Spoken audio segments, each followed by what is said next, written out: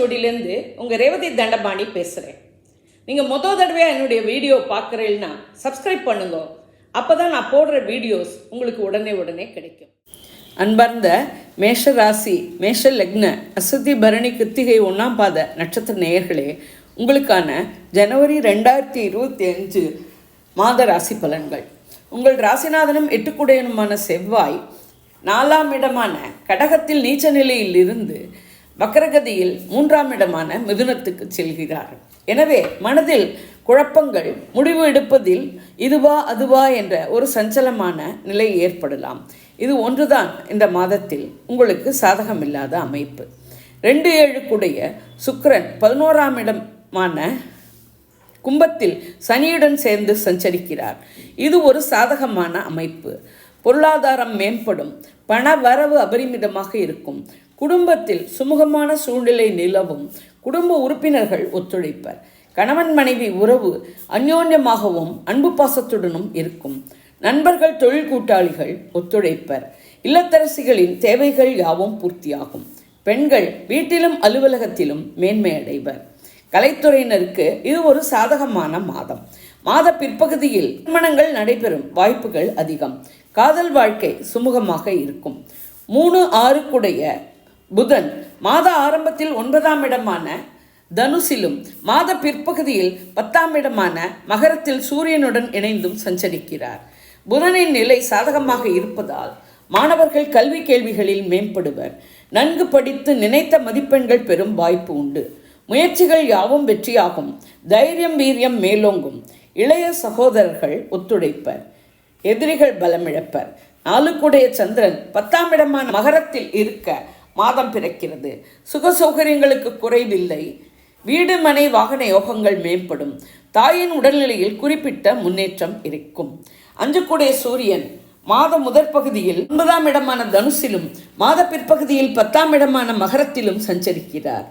எனவே மன மகிழ்ச்சி பெருகும். அரசியல்வாதிகளுக்கும் அரசாங்க காரியங்களுக்கும் இது ஒரு சாதகமான மாதம். குழந்தைகள் கல்வி கேள்விகளில் மேம்படுவர். அவர்களை நினைத்து நீங்கள் பெருமிதம் அடைவீர்கள். தொழில் வியாபார உத்தியோக வகையிலும் மேன்மையே. 9-12 கூடைய குரு 2ஆம் இடமான ரிஷபத்தில் இருந்து நன்மையை செய்து கொண்டிருக்கிறார். தந்தை வழி உதவியும் ஆதரவும் இருக்கும். வீட்டில் உறவினர் வருகையாலும் கொண்டாட்டங்களாலும் சுப விரயங்கள் அலைச்சல்கள் இருக்கும். குரு பார்வை 6ஆம் இடமான கன்னி, 8ஆம் இடமான விருச்சிகம், 10ஆம் இடமான மகரத்தில் விழுகிறது. இதுவரை உடலில் இருந்த நோய் தீரும். எதிரிகள் பலமிழப்பர். பழைய கடன்கள் அடைப்படும். நிலுவையில் இருந்த வழக்குகள் முடிவுக்கு வரும். திடீர் ஆதாயங்கள் கிடைக்கும். தொழில் வியாபார உத்தியோகம் மேம்படும். உத்தியோக மாற்றம், தொழில் மாற்றம் செய்யும் வாய்ப்புகள் அதிகம். 10-11 கூடைய சனி 11ஆம் இடமான கும்பத்தில் சஞ்சரிக்கிறார். இதுவும் ஒரு சாதகமான அமைப்பு. தொழில் வியாபார உத்தியோக வகையில் இருந்த பின்னடைவுகள் மாறி முன்னேற்றங்களும் மாற்றங்களும் நிகழும். சனி பார்வை உங்களது ராசியான மேஷம், 5ஆம் இடமான சிம்மம், 8ஆம் இடமான விருச்சிகத்தில் விழுகிறது.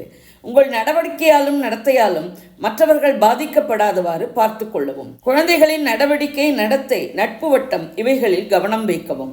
வம்பு வழக்குகள், சண்டை சச்சரவுகளில் இருந்து விலகி இருக்கவும். 2இல் இருக்கும் மீன ராகுவாலும் 6இல் இருக்கும் கன்னிகேத்துவாலும் பிரச்சனைகள் இல்லை.